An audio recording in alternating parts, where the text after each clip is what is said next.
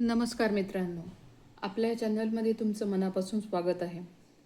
आता हे दोन इथे बॉक्स बघून तुम्हाला कळलंच असेल की आजचा हा व्हिडिओ आपला बेकिंग पावडर आणि बेकिंग सोडा या दोन्हीवर दोन्हींची माहिती घेण्यासाठी किंवा दोन्हींचं काम काय आहे किंवा त्यांचा कसा उपयोग केला जातो. जर तुम्ही कधी केक, कपकेक्स, मफिन्स, कुकीज किंवा ब्रेड बनवले असेल तर रेसिपीजमध्ये बेकिंग सोडा किंवा बेकिंग पावडर याचा उल्लेख नक्कीच पाहिला असेल.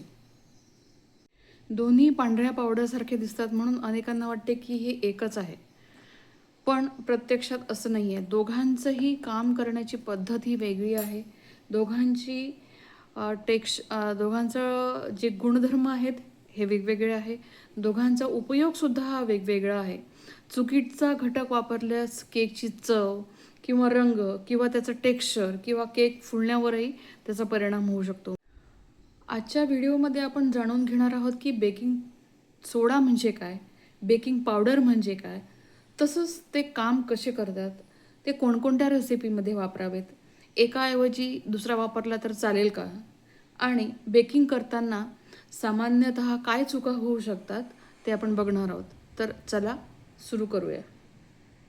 बेकिंग सोडा आणि बेकिंग पावडर समजून घेण्यापूर्वी लिव्हिंग एजंट म्हणजे काय होतं ते आधी आपण समजून घेऊया.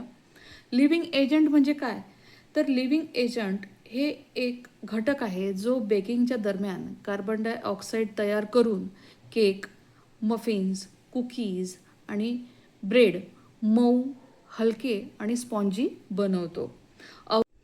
अवनमधील उष्णतेमुळे हे जे बुडबुडे आहेत कार्बन डायऑक्साईड वायूचे ते मोठे होतात आणि आपलं बॅटर छान फुलतं.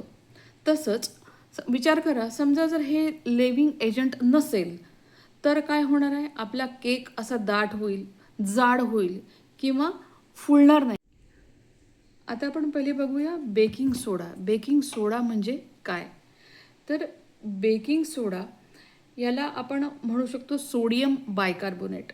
सोडियम बायकार्बोनेट हा एक अल्कलाईन पदार्थ आहे. तो स्वतःहून काम नाही करत.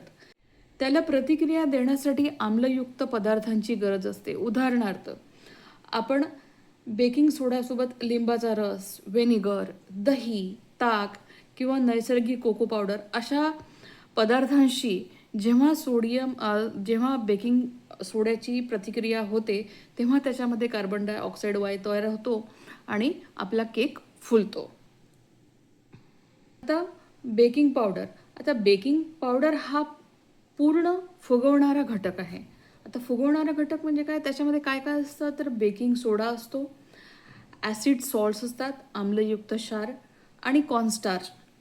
या घटकां मिळून हे आपलं बेकिंग पावडर तयार झालेलं असतं. याच्यात आम्ल आधीपासूनच असतं, त्याच्यामुळे वेगळं असं काही घालण्याची याच्यामध्ये गरज नसते. आता काही रेसिपींमध्ये या दोन्हींचा वापर का करतात, जसं केक आपण म्हणतो.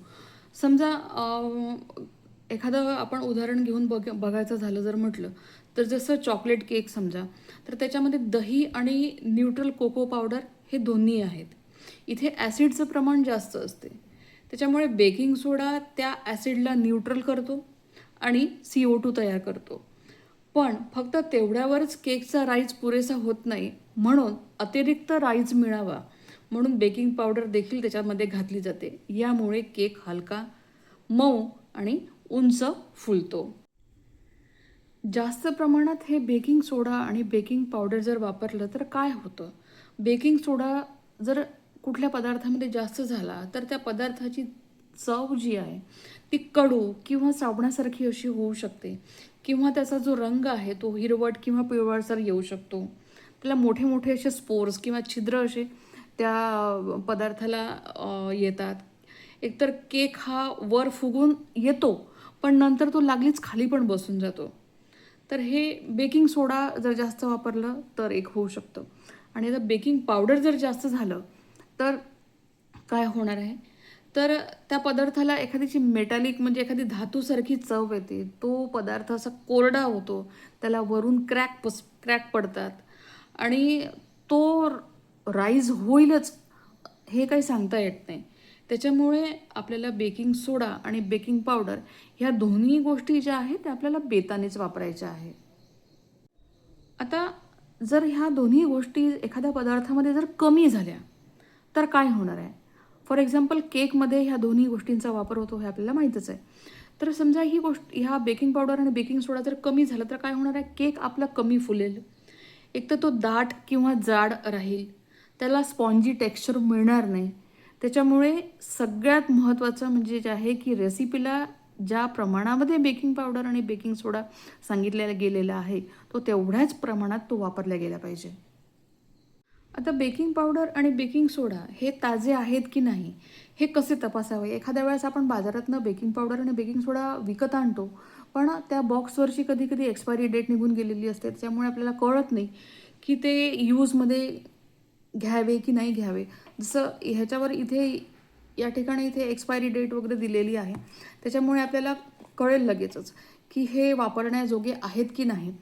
पण जर हे ताजे आहेत की नाही हे जर तपासायचं असेल तर ह्याच्यासाठी काही टेस्ट आहेत. फॉर एक्झाम्पल जसं बेकिंग सोडा जर आपल्याला टेस्ट करून बघायचा असेल तर एका वाटीमध्ये अर्धा टीस्पून बेकिंग सोडा घ्या, त्याच्यामध्ये थोडंसं व्हिनेगर किंवा लिंबाचा रस घाला. जर लगेचच फेस भरपूर आला तर समजा की तुमचा बेकिंग सोडा हा ॲक्टिव्ह आहे. आणि बेकिंग पावडरसाठी जर आपल्याला टेस्ट करायची असेल तर अर्धा वाटी एका वाटीमध्ये अर्धा टीस्पून बेकिंग सोडा घ्या, त्याच्यामध्ये थोडं कोमट पाणी घाला. जर लगेचच बुडबुडे आले तर समजा की तुमचं बेकिंग पावडर वापरण्याजोगं आहे. आता हे दोन्हीही बेकिंग पावडर आणि बेकिंग सोडा हे स्टोअर कुठे करायचे? तर स्टोअर हे आपल्याला नेहमीच याचं हे जे झाकण आहे हे अगदी टाईट आपल्याला नेहमी लावून ठेवायचं आहे. तसंच ओलाव्यापासून हे दूर राहायला पाहिजे आणि नेहमी हवाबंद डब्यातच ठेवले पाहिजे. आणि नेहमी वापरायच्या आधी आपल्याला एक्सपायरी डेट जी आहे ही नेहमी चेक करायची आहे. जुनं बेकिंग पावडर किंवा बेकिंग सोडा वापरू नका. फायनली आपल्याला लक्षात ठेवण्यासारख्या काही गोष्टी आहेत शेवटी, की बेकिंग सोडाला ॲसिड आवश्यक असतं. बेकिंग पावडरमध्ये ॲसिड हे आधीपासूनच असतं. बेकिंग सोडा जास्त ताकदवान असतो, जास्त स्ट्रॉंग असतो. आणि बेकिंग पावडर हळूहळू आणि नियंत्रित पद्धतीनं काम करत असतं. उत्तम केकसाठी रेसिपीमध्ये दिलेले अचूक प्रमाणच वापरायचे आहे आपल्याला. म्हणजे जितकं टीस्पून सांगितलं आहे बेकिंग पावडर, जितकं टीस्पून सांगितलं आहे बेकिंग सोडा, तेवढ्याच प्रमाणात आपल्याला वापरायचं आहे. त्याच्यापेक्षा जास्त वापरू नका आणि कमीही वापरू नका. मैत्रिणींनो, बेकिंगमध्ये यश मिळवण्यासाठी चांगली रेसिपी पुरेशी नसते, तर प्रत्येक घटकाचे काम समजून घेणेही तेवढंच आपल्याला महत्त्वाचे आहे. आता तुम्ही बेकिंग सोडा आणि बेकिंग पावडरमधील फरक, त्यांचा योग्य वापर आणि सामान्य होणाऱ्या चुका याबद्दल आपण सविस्तर माहिती बघितली आहे. जर तुम्हाला हा व्हिडिओ आवडला असेल तर व्हिडिओला लाईक करा, तुमच्या मित्रांसोबत शेअर करा आणि अशाच बेकिंग टिप्ससाठी आणि रेसिपीजसाठी आमच्या चॅनलला सबस्क्राईब करायला विसरू नका. धन्यवाद. पुन्हा भेटूया एका नवीन आणि उपयुक्त व्हिडिओसह.